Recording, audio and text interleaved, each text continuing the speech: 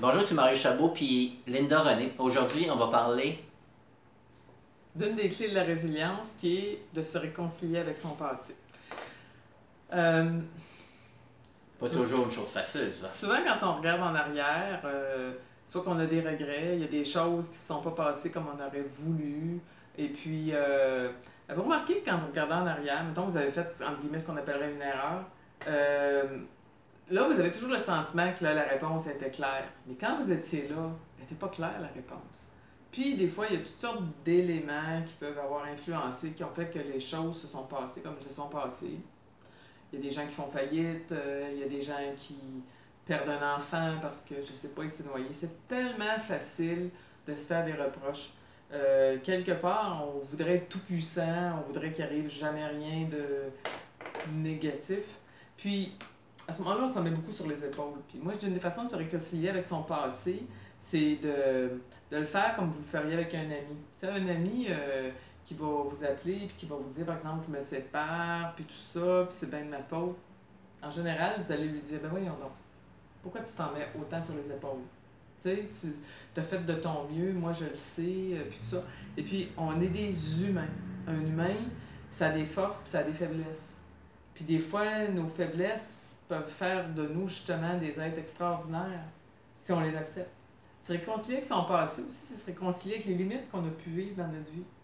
Tu sais, qui ont pu avoir un impact au niveau du travail, qui n'aurait pas eu l'expansion qu'on aurait voulu au niveau des relations.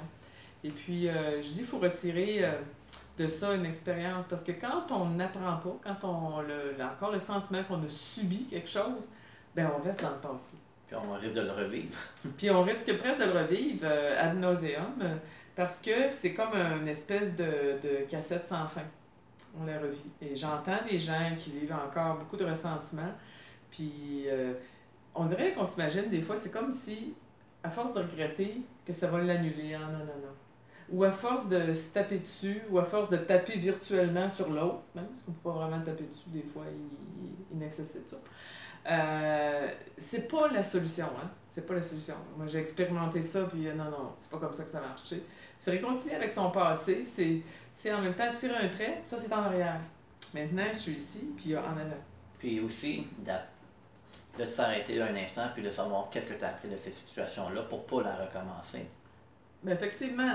Puis des fois, ça se peut qu'on ait eu des gros manques qui fait qu'on était plus impulsif. Quand tu es impulsif, tu réfléchis pas toujours ou tu réfléchis pas de la bonne façon. Soit qu'on réfléchit trop, soit qu'on réfléchit pas assez. Mais dans tous les cas, euh, peu importe ce qu'on a vécu, comment que les choses ont tourné, moi j'entends des histoires, à un moment donné, quelqu'un qui était multimillionnaire, puis ça a disparu dans une journée, puis quand quelqu'un m'explique, j'ai dit, ben oui, il y en a. Simple de même. Alors, il ne faut pas s'attarder trop à qu'est-ce qu'on avait ou qu'est-ce qu'on était. Dites-vous que ce qui peut apporter le plus de joie dans votre cœur, c'est se réconcilier avec quelque chose qui ne fait pas partie de, comment je dirais, votre définition de vous actuellement. C'est vous étiez dans un état avant de venir au monde, puis vous allez retourner, hopefully, dans cet état-là d'unité avec le tout. Donc, se réconcilier avec son passé, c'est justement, c'est de voir, quand on conduit une voiture, on est mieux de regarder En avant. en avant que dans le rétroviseur. Parce que c'est ça, si tu regardes en arrière, à un moment donné, c'est ça. Tu vas rentrer dans le poteau. Ou on peut faire du surplace aussi, Ouais. qui peut être un autre danger, puis on tourne en rond, puis on tourne en rond, puis on tourne en rond.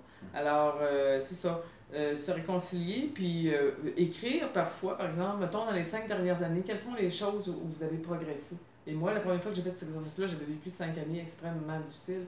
Et puis, ça a été un exercice qui était vraiment exigeant pour moi, mais par contre, qui m'a apporté beaucoup parce que je me suis aperçu que où j'avais avancé beaucoup, c'était au niveau humain, puis au niveau de mon être profond. Et ça fait peut-être pas beaucoup d'étincelles autour de. Mais par contre, vous allez voir, vous allez sentir vraiment une intériorité que vous allez vous appartenir davantage. Alors, soyez amis avec vous-même. Il y a assez de livres écrits là-dessus, puis je pense que c'est l'affaire la plus importante. Et puis ça fait partie de ça, de se réconcilier avec son passé, d'accepter. Mais je te remercie beaucoup, Linda René. Je suis Mario Chabot. Abonnez-vous à notre chaîne YouTube et passez des commentaires en dessous du vidéo. Merci.